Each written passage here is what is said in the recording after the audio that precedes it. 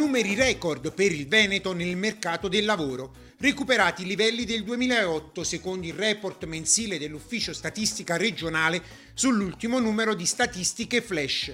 10 anni, riporta il grafico, che hanno modificato profondamente le caratteristiche del mercato sul lavoro.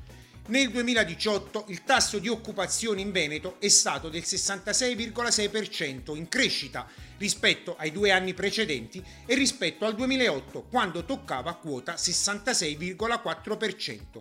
Recuperato anche il tasso di disoccupazione, sceso al 6,4%, anche se ancora distante dal minimo storico regionale del 3,4% prima della crisi. Sorpresa anche per quanto riguarda le donne che lavorano e da sempre in difficoltà nel trovare un posto e a farsi spazio in un'Italia dove quasi sempre sono gli uomini a fare carriera. Se nel 2008 si contavano in Veneto 71 lavoratrici donne ogni 100 uomini, nel 2018 se ne contano 77, una buona percentuale rispetto al periodo preso in considerazione.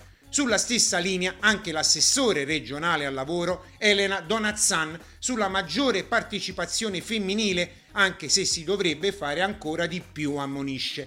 Dati in aumento per quanto concerne il mondo femminile, dovuti anche ai maggiori titoli di studio.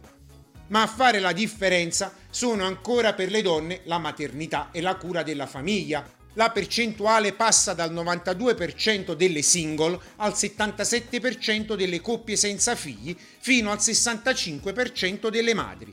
Cala di 2 punti invece percentuali la disoccupazione. Per gli uomini si passa dal 77% del 2008 al 75% del 2018, mentre aumenta quello delle donne seppur di poco, dal 55,7% al 58,2%. Questione stranieri. È cambiato il trend occupazionale tra italiani e questi ultimi. Prima della crisi il tasso di occupazione degli stranieri era superiore a quello degli italiani, il 68,9% rispetto al 66,2%, gap che aumentava limitando l'analisi ai soli uomini.